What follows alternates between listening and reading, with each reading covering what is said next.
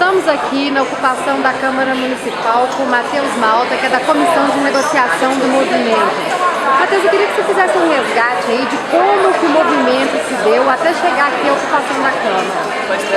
Sim, os movimentos aqui, as manifestações aqui de Belo Horizonte foram convocadas no meio daquelas manifestações nacionais que aconteceram em São Paulo, Rio, Goiânia, né?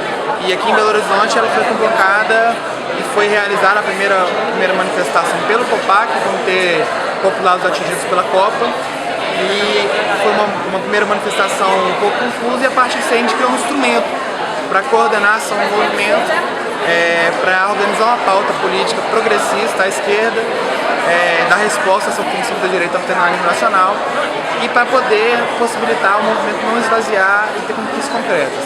Que foi a Assembleia Popular Horizontal. A gente fez 5 reuniões dessa Assembleia, uma Assembleia convocada não só através de redes sociais, mas também através da convocação direta de setores organizados, por exemplo, trabalhadores, estudantes, por entidades de classe. E essa Assembleia a gente fez 5 reuniões delas. Dessas reuniões, 4 foram embaixo do viaduto Santa Teresa. Chegaram a ter quantos participantes? Uma média de 2 a 3 mil, todas as assembleias, né? O viaduto Santa Teresa era um lugar que tinha um importante movimento de resistência cultural em Belo Horizonte, chamava Duelo de MCs. Esse duelo foi proibido pela justiça, como forma de inclusive resgatar a importância do duelo. Nós fizemos o viaduto lá embaixo do viaduto Santa Teresa, no lugar onde era o duelo. Fizemos 4 sessões lá e uma aqui na Câmara, né? Essa Assembleia passou a coordenar todos os movimentos sociais, entidades e uma série de grupos também autônomos, pessoas, cidadãos que não queriam ser representados por um movimento, para todo mundo que estava pensando junto, o pensamento mais progressista de esquerda, ter lugar de se expressar. E esse lugar foi essa Assembleia Popular Horizontal, que virou, por assim dizer, soberana, né? E ela chamou esse ato aqui na Câmara dos Vereadores, uma vez que passou o momento da Copa e passou um momento que o foco era a luta pela soberania nacional, contra o aluguel do Brasil para a FIFA e o que a Copa do Mundo representava, né? Despejo, esquema com empreiteira, com empresa de ônibus e tudo. O momento era focar uma pauta de conquista também municipal e estadual.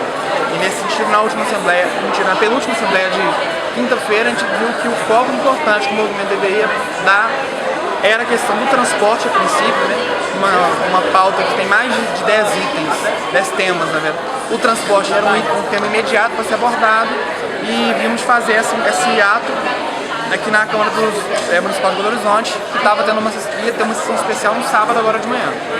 Porque teve uma sessão extraordinária ontem que votava em segundo turno a questão da redução da passagem em 5 centavos, né? Mas por que essa redução de 5 centavos, que inclusive foi aprovada, não foi referendada pelo movimento, e por que vocês resolveram ocupar a Câmara Municipal? Não, primeiro que a Prefeitura de Belo Horizonte é diferente de outras prefeituras, que eu não vou aqui pontuar se são melhores ou piores, se tem melhores ou piores prefeitos. A Prefeitura de Belo Horizonte foi bastante autoritária, né? Ela não sentou com o movimento, não chamou o movimento. Achou que ia calar a indignação das ruas com uma jogada, uma fuga, na verdade, para a Câmara dos Vereadores votar uma isenção fiscal, que não é a pauta do movimento, sem passar pelo próprio movimento. Então foi feito isso. Eles querem isentar mais um imposto. O sonho dos empresários de transporte está acontecendo. Estão explorando um serviço de grande importância pública, explorando os trabalhadores, explorando os usuários e pagando quase nada de imposto. Já foi isento do governo federal o PIS/COFINS e agora a Prefeitura está isentando o ISS, que inclusive é um imposto que financia saúde e educação municipal. Então, não há acordo com o movimento por conta disso. Não achamos que a isenção fiscal é o caminho. Nós temos que abrir a caixa preta, né? Temos que tocar no núcleo dos empresários e o movimento tem que ser reconhecido, né? O prefeito tem que reconhecer a nossa representatividade horizontal através de uma assembleia popular, uma assembleia de vários setores. Porque ele não reconhece? Não estava reconhecendo até ontem a postura do prefeito, inclusive fez uma declaração pública para um veículo de comunicação de grande circulação aqui de Belo Horizonte, que o cidadão belo-horizontino deveria avaliar a representatividade desse movimento. E nós escolhemos o prefeito com a mesma moeda, né? O povo de Belo Horizonte tem que avaliar a representatividade do prefeito, que não representa ninguém nessa cidade. E está disposto nesse momento, né? Um movimento social autônomo, legítimo, extremamente plural e coordenado muito coletivamente não tem voz da prefeitura. Então essa primeira posição da prefeitura foi rechaçada pela própria prefeitura, que viu que a força do movimento é maior, e hoje nos chamou a primeira conversa. Sim, mas vamos só resgatar um pouquinho antes de falar dessa conversa que vocês tiveram hoje de negociação. Por que vocês resolveram ocupar a Câmara Municipal? A ocupação não foi, a priori, uma deliberação da Assembleia Popular. A deliberação da Assembleia Popular é fazer um ato aqui, na Câmara dos Vereadores, nessa sessão especial. Nesse ato, pelo regimento da Casa, todas as sessões da Câmara são abertas à população. E nós trouxemos aqui um público que variou ao longo da manhã, né, entre 500 e 1000 pessoas que transitaram, né, mas a gente conseguiu entrar só com 150. Ficaram lá fora muitas pessoas.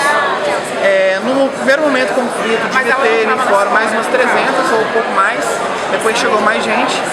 E nessa tentativa de entrada de todo mundo, a mesa diretora viu a pressão enorme. O presidente da comissão da Câmara Municipal é um vereador que foi quase cassado no ano passado por um escândalo de desvio de verbas aqui da Câmara dos Vereadores, que ele fazia com notas fiscais na lanchonete da madrasta dele. Então ele gastava mais de 10 mil reais por mês com coxinha, e a gente perdoou ele de coxinha na madrasta. E ele viu muita pressão ali, com medo para fugir, ele mandou trancar a Câmara. Ninguém sai, ninguém entra. E nesse momento o regimento da casa foi quebrado, a sessão já não tinha, no nosso entendimento, mais uma validade. E nós temos de tudo para poder atrapalhar mesmo o trabalho da comissão e fazer uma pressão política transitada dos nossos colegas. Cantávamos que se não deixar entrar, a sessão não vai rolar. Nesse momento de muita tumulto, pressão aqui na porta da Câmara dos Vereadores, acidentalmente a porta quebrou.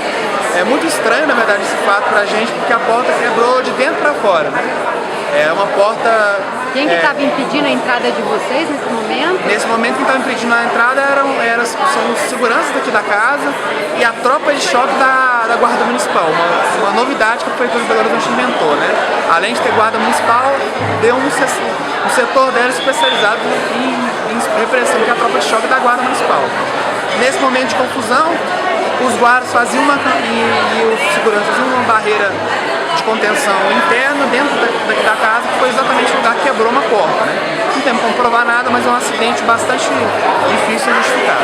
E aí, nesse momento, nós decidimos para a ocupação. E como a pressão ficou muito grande, juntou muita gente lá fora, a mesa diretora aqui da Câmara, nesse momento, o presidente da Câmara e o vice-presidente alegaram que estavam com mal súbito. Alegaram ter adoecido milagrosamente e deixaram o prédio. Então quem passou a responder foi uma outra pessoa na mesa diretora que autorizou a entrada de todo mundo para evitar piores acontecimentos. E a partir de agora a Câmara dos Vereadores nunca foi tão bem cuidada, né? Tem quantas horas que vocês estão aqui? Nós estamos aqui há 2 dias, não sei o número de horas não, mas desde ontem às 7 da manhã. Tem muito tempo já. E agora são 9h35, mais de 24 horas. Mais de 24 horas, deve dar aí quase 40 horas de ocupação. Nunca teve tanta política nessas 40 horas do que teve nos últimos 10 anos. Quais que são as reivindicações que vocês estão fazendo aqui? Perfeito, olha, nossas reivindicações, elas são parte da pauta da Assembleia Popular. Nós colocamos como prioridade a questão do transporte. Então a pauta, ela começa com a questão da redução da tarifa do transporte sem isenção fiscal. Nossa pauta é reduzir o lucro dos empresários. Temos também a pauta de acabar com a dupla função dentro dos ônibus.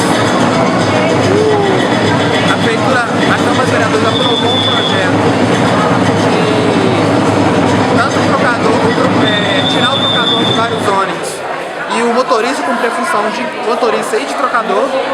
Então, contra essa proposta também, a proposta do passe livre para os estudantes, para os aposentados, para os empregados, é uma pauta também muito importante para a gente, em especial trabalhar pelo movimento dos últimos anos. Então, um pouco da pauta sobre o transporte